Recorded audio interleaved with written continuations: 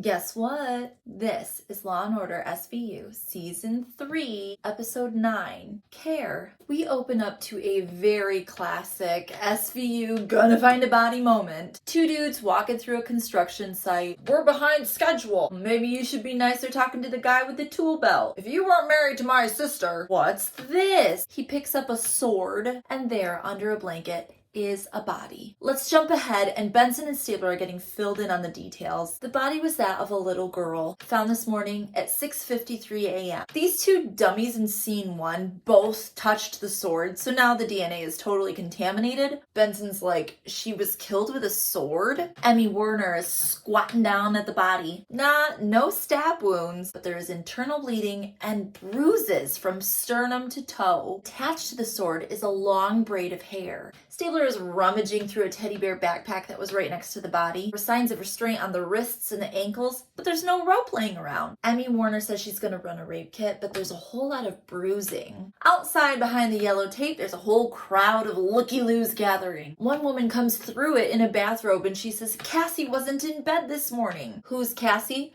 Her foster daughter. Can she describe her? She's 5, she's black, she has braids. Ugh. Benson says, you better come with me. And we can assume from the screaming we hear off camera that, yeah, she's identified the body. We're back at the precinct, and Cragen is running over all the information for Finn. Cassie Adams was beaten to death at the construction site across the street from her apartment. Cassie lives with her foster mom, her 2 biological sisters, her foster grandma, who also has a foster kid. Full house. So what the fuck is going on with this sword? Is it a ritual killing? Is it gang behavior? Cragen tells Munch and Fin to go do some canvassing and also check this address that was found in that backpack on the victim. Right now, Benson and Stabler are interviewing the victim's family. The grandmother's foster kid's name is Glenn. He's white, a little older, a little larger, a little slower. During this whole interaction, he's loudly playing a video game. Foster grandma, Dorothy, says, Glenn, turn that thing down. Stabler's talking to foster mom, Jane Rudd. These kids have already been through so much. Dad died. Mom would take them to Panhandle for sympathy. Biological mom, Tashandra, is still in the picture, and she gets supervised visits every 2 weeks. The last visitation was a day and a half ago, and this time, mom brought her new boyfriend. And it's funny that they bring the new boyfriend up because Munch and Fin are knocking on their door. They're just checking up on this address that was in Cassie's stuff. Oh,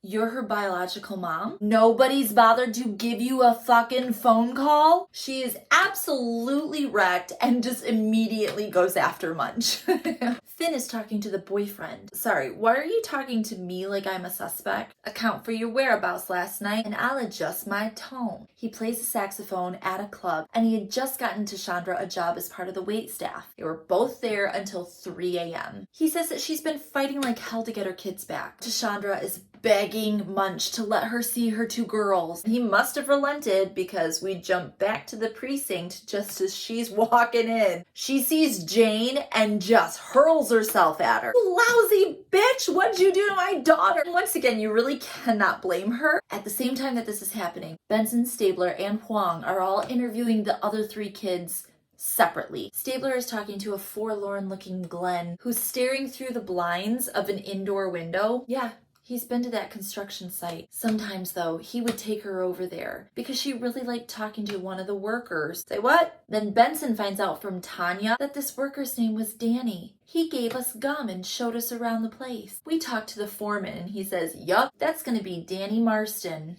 One of the hardest workers I know. He doesn't have kids of his own, but he does coach Little League. Munch and Fin are smelling a pedophile, and they catch up with Danny at a rec center. He just really likes helping needy children.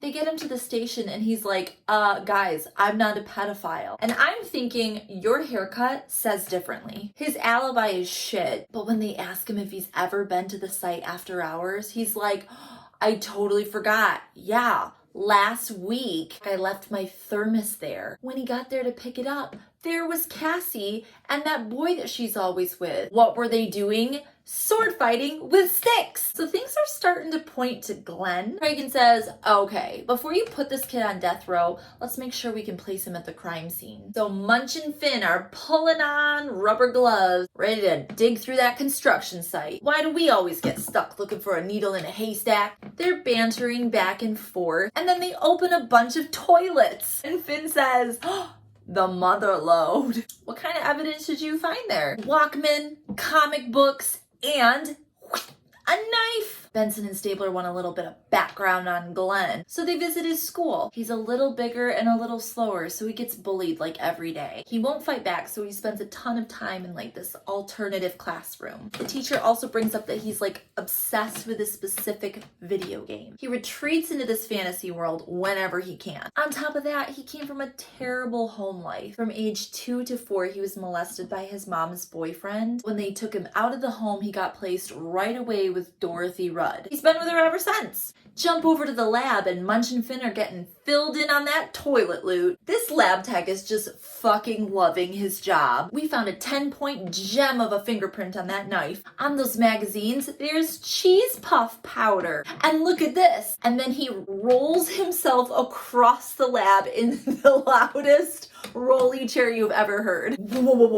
There was a hair caught in the fold of the knife, identical to the victims. But hang on, we got a little bit of a problem because Emmy Warner says, lab results show that sword was not the murder weapon. Whatever it was though, must have been really fucking heavy because of the breaks and the bruising on the bone. She died of a lacerated liver. She bled out. It was a slow fucking death. Ran the rape kit. There's no fluids. But Emmy Warner's not done. She's got more shit to drop on us. See these bruises? They're in different stages. That means she was beaten over the course of 12-ish hours. Oh my gosh. Okay. So we gotta go over and talk to the family again. Hey, Mom Jane and Grandma Dorothy. What's that? You forgot to mention that you were down the street playing cards earlier that night?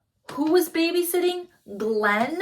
We gotta talk to this kid. He's still sitting in front of this big boxy ass TV playing this early 2000s game called Sword Quest. Benson's like, Elliot, look at the box of the game. There's a sword, and on the sword is a braid of hair, just like the crime scene. When they bring Glenn in to talk to him, he completely melts down and has like this psychotic break, muttering about protecting her, smacking his forehead, pounding on the two-way mirror. Ooh.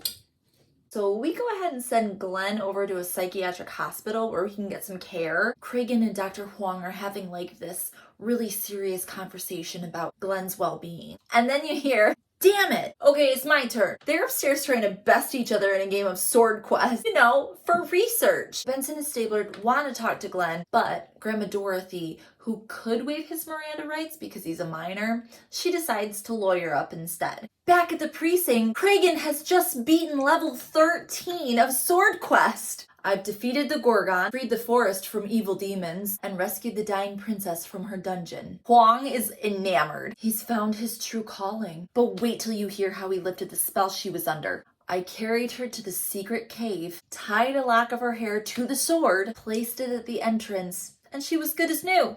If Glenn killed Cassie, why would he try and save her? Benson's all, what the fuck is a Gorgon? It's like Medusa. Is Glenn's monster a woman? Just then, Munch calls up and says that he's gotten word Chandra has come and kidnapped her other 2 daughters. Foster mom Jane is freaking out. They put out a bolo and almost immediately find them on a bus heading to Atlanta. Chandra's like, my daughter was murdered. Did you just expect me to sit by and let these 2 get murdered? Tanya finally came clean about what happened. Cassie got beaten all the time. By who? By Mama Rudd. Okay, it's time to check Jane's file. They find out that the foster care system previously had to remove 2 kids from Jane's care. The woman behind the desk is being a total see you next Tuesday. But basically, yeah, there's proof that Jane was super unfit. They don't really have enough to charge Jane. Cabot knows this cool little move called King for a Day, where she can go do some sweet talking and get it approved for Cragen to talk to Glenn. As a witness, as long as it's off record. So Cragen heads in with his newfound love of sword quests. Yeah, I don't want to brag, but I got to a level 13 and bagged myself a gorgon. Glenn says, I hate gorgons. Is that why you took Cassie to the cave? He was trying to protect her. Protect her from who? Glenn, who is your real life gorgon? All of a sudden, Glenn gets this super traumatic look. What is it? It's the gorgon. Cragen turns around and sees who just walked in. And guess who it is? Dorothy Rudd, the grandma. So we bring Dorothy in, and she immediately throws Glenn under the bus. Oh yeah, it was Glenn. He totally killed her. Well, Glenn didn't tie her up because there was no ropes there. Oh yeah, that was totally Jane. So Benson and Stabler are once again talking to Jane. Why'd you tie her up, Jane? All she had to do was be good. I told her something bad would happen. Like something bad happened to you when you were a kid? Yeah. Obviously, her mom beat her too. Jane, your mom tried to pin this all on you. No, she didn't. Bitch, yes, she did. We've got a fucking signed statement here with her handwriting throwing you under the bus. So go ahead and tell us what the fuck actually happened. Cassie was gonna tell, so she beat her all day long with that fucking little old lady cane. Sure enough, the cane matches the bruises, and they found rope at the apartment. Kevin, is that enough evidence? Well, Jane will go down for accessory, but we need a corroborating witness. Huang is walking by on his way out. Have a good night. Kevin grabs him. Honest opinion, can I put Glenn on the stand? Huang is like, what if I prep the hell out of him? So Cabot's in showing Glenn all around the courtroom. This is where the judge sits. This is where you'll sit. Yeah, your mama's gonna be there, but she's not allowed to talk to you and she cannot touch you. Jump to the trial and Glenn is on the stand bravely testifying against his old shitty gorgon. Or at least trying to testify. But every time he tries to say something, Dorothy's like, Glenn starts to get nervous. And then this bitch drops her cane on the ground and makes this huge noise. I object to the obvious intimidation tactics here. Oh, I haven't done anything. The music swells and Glenn screams, liar! You beat her all day long. You killed Cassie. We jump ahead and Cabot's strolling into the precinct, presumably after an easy ass win. Everybody's like, who died? Ha! Dorothy died. That old ass bitch died. Giant heart attack at Rikers. So that sucks. The shit thing is, the one person who called it, Deshandra, Cassie's mom, still doesn't have custody of her other two kids. But this gets Cabot thinking. She walks her hot pantsuit ass over and texts that lovely lady we talked to earlier. Listen, bitch, if Miss Adams does not get her children back immediately, I will indict you for child endangerment. That's blackmail. And if you drag your feet, it's manslaughter. And in our last scene, we get some good and bad news. The good news is that the two little girls get reunited with their mom, and it's all hugs and butterflies. The bad news is that Glenn gets put right back into the system that failed him. Wah wah. And that was Law and Order SVU Season 3, Episode 9. Jum jum.